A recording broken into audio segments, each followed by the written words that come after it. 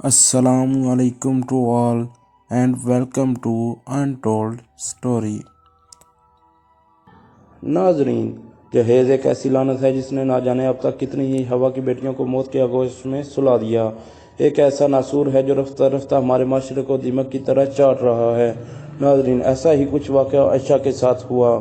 आयशा शादी के बंधन में बंधने के बाद अपने ससुराल में जहेज़ की कमी के ताने सहती रही थी। वो अपने वालिदैन के घर से निकलकर एक पराए घर में दुल्हन बनकर पहुंची तो अपने हामद से मोहब्बत कर बैठी, मगर उसके हामद से लेकर उसके सास ससुर ने जहेज़ में कमी के तानों से इसका जीना महाल कर दिया था। इसकी अजियत का ये आलम था कि इसने वीडियो बनाते हुए कहा कि खुदा से दुआ है कि दोबारा कभी इंसानों की शक्ल ना देखूं। इन अल्फाज से अंदाज़ा होता है कि वो किस कुर्ब से गुजर रही थी। आयशा के अंदर एक तरफ तो वालिदैन की मोहब्बत थी तो दूसरी जानब हामद से बेपनाह मोहब्बत थी। यही वो जज्बा था जो इसे रोज़ाना मिलने वाली अजियत से बचा लेता था। रिश्तों के बंधन में उलझी हुई आयशा के अंदर तूफान तब बरपा हुआ जब उसके हामद ने इसे जलील ख्वार करते हुए धक्के देकर इसे मैके भेज दिया। आयशा टूट चुकी थी। वालिदैन की कोशिशें भी जब रंग ना लाई तो इसे अंदाज़ा हो गया कि इसका जीवन साथी अब इसके पास दोबारा नहीं आएगा। अपने वालिदैन से फ़ोन पर आखिरी बार बात करते हुए आयशा ने अपने वालिद से इसका इजहार भी किया कि वो मेरी ज़िंदगी में दोबारा नहीं आएगा। इसने मुझे कहा है कि खुदकुशी करने जा रही हो तो सबूत के तौर पर वीडियो बनाकर सेंड कर देना। पापा, मैंने वीडियो रिकॉर्ड करके इसे भेज दी और अब मैं साबरमती नदी की लहरों की नज़र हो रही हूँ।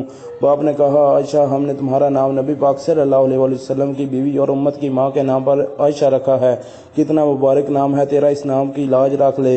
आयशा ने कहा, मुबारक तकदीर लेकर नहीं आई हूँ। बाप ने धमकी दी कि तू ऐसा करेगी तो मैं भी घर में सबको मारकर खुदकुशी कर लूँगा। आयशा अब डर गई थी और बाप के कहने पर वापस घर आने को राज़ी हो चुकी थी, मगर इसका दर्द अब सब चीज़ों से उठ चुका था। आरफ के घर शादी के बाद 2 माह गुजारने वाली आयशा टूट चुकी थी।